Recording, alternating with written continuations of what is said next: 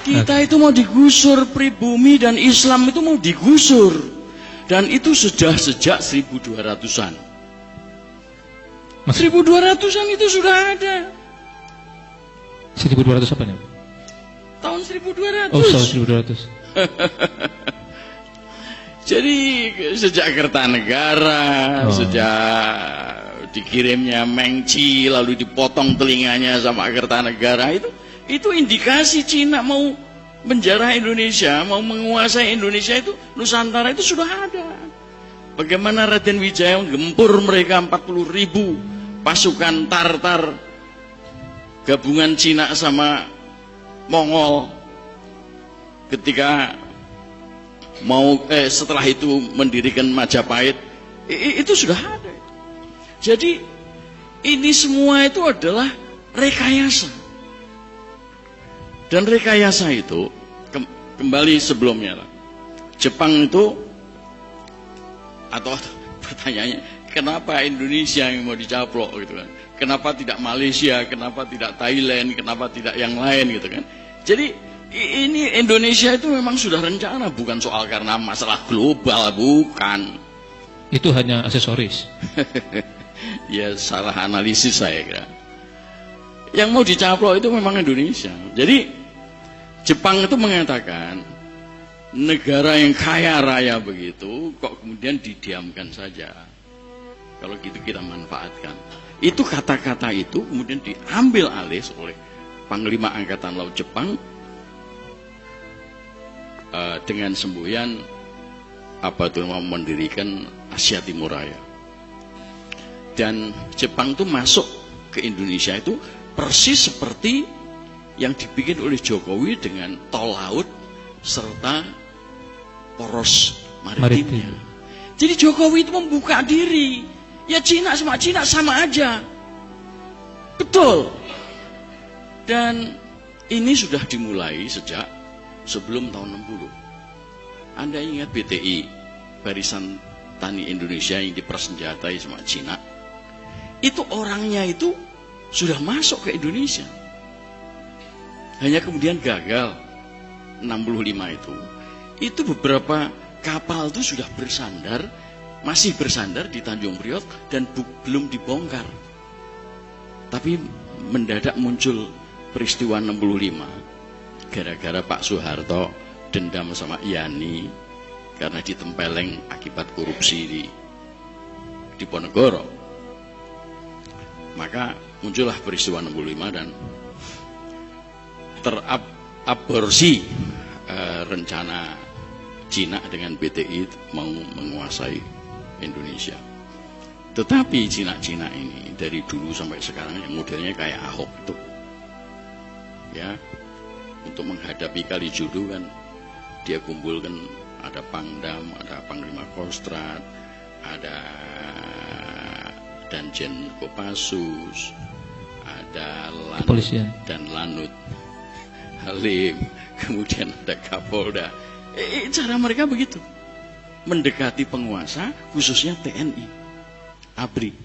Pak Harto juga dibegitukan oleh si SES, si Limpianki dan yang lain-lain itu.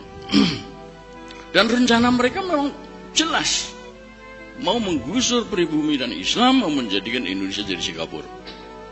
Itu sudah jelas.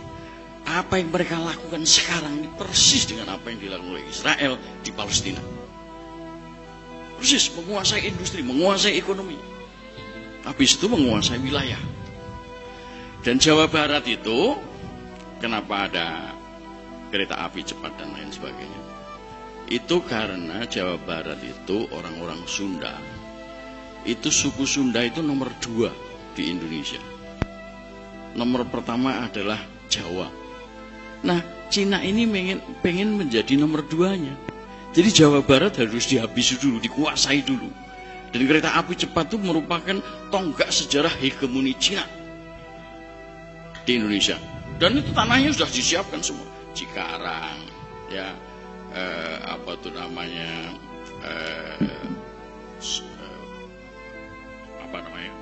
Sinarland, Sumarekon, ya. Itu semua sudah disiapkan. Jadi ini memang begitu. Kenapa tiba-tiba Jokowi memaksakan itu? Ya karena itu. Dan di UI kan tanggal 27 Februari tahun lalu Didekatkan. sudah disampaikan bahwa ada 10 juta orang Cina untuk masuk ke Indonesia. 10 juta. Ya, itu berupa buruh-buruh, sekarang sudah ratusan ribu masuk ke Indonesia. Ya, di Banten, bahkan di Irian Jaya bikin pabrik serta sawah. Itu orang-orang Cina. Jati Gede, ya. Dan itu Sumedang, Majalengka sampai ke Kuningan itu sudah disiapkan dengan industrial estate. Si siapa namanya? Anaknya Mohtar itu Jim Sriadi sudah menggalang dana untuk membuat pangkalan udara di Majalengka serta peti kemas di Cirebon. Ya, itu semua rekayasa, bukan sekedar rencana. Jokowi itu rencana, termasuk rencana. Kenapa Jokowi? Ya artinya begini. Pertangan asing juga besar, asingnya. Jadi Pak Harto harus jatuh, itu Amerika. Bill Clinton datang ke Indonesia 94, minta tolong sama Jim Sriadi supaya Pak Harto digulingkan. Akhirnya terguling juga. Ya. Dan kalau Anda lihat konstitusi kita, kenapa Habibie tidak bisa sampai 2003? Karena dia menggantikan Pak Harto kan, sesuai dengan konstitusi kita sampai 2003. Tapi kenapa ada pemilu 99? Itu bagian daripada rekayasa. Kenapa Undang-Undang Dasar 45 harus diubah? Itu rekayasa mereka, bagian daripada rekayasa mereka. Karena pasal 6 antara lain menyebutkan calon presiden harus pribumi asli dihapus. MPR dimandulkan sehingga tidak ada lembaga tertinggi negara. Ya, pasal 33 diubah sehingga menjadi kapitalis neoliberalis. Itu semua adalah bagian daripada rekayasa asing dan asing.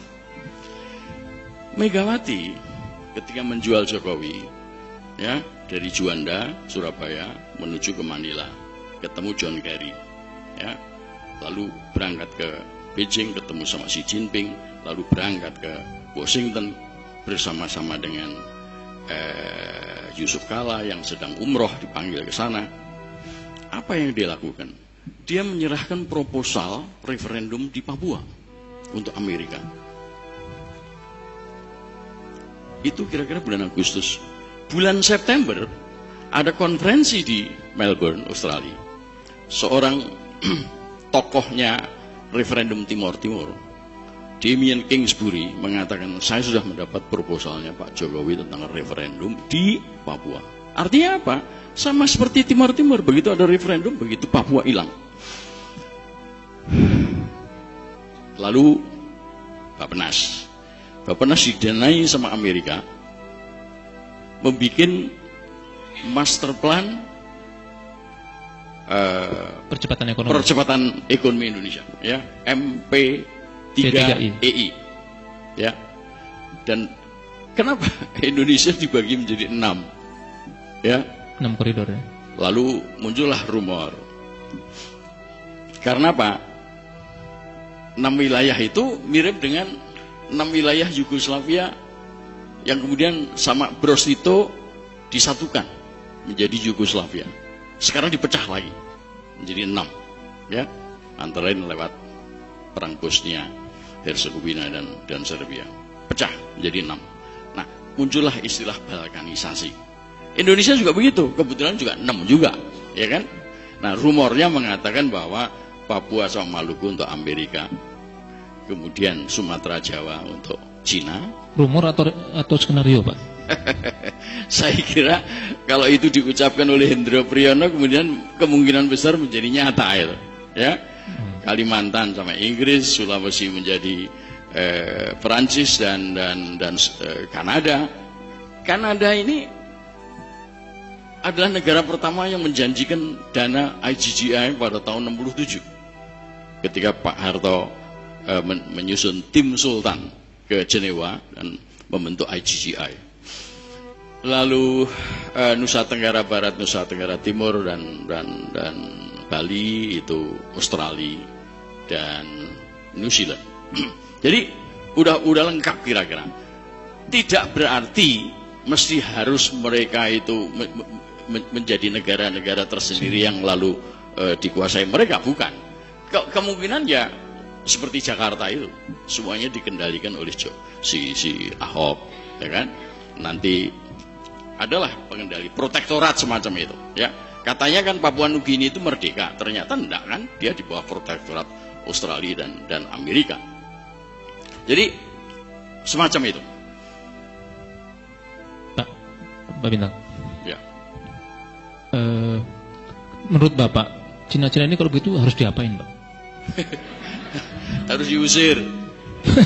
Oh iya harus diusir. Kalau kita tahu sejak zaman Belanda Cina itu gede kepala karena dia menjadi warga negara kelas 2 setelah Belanda, ya kan?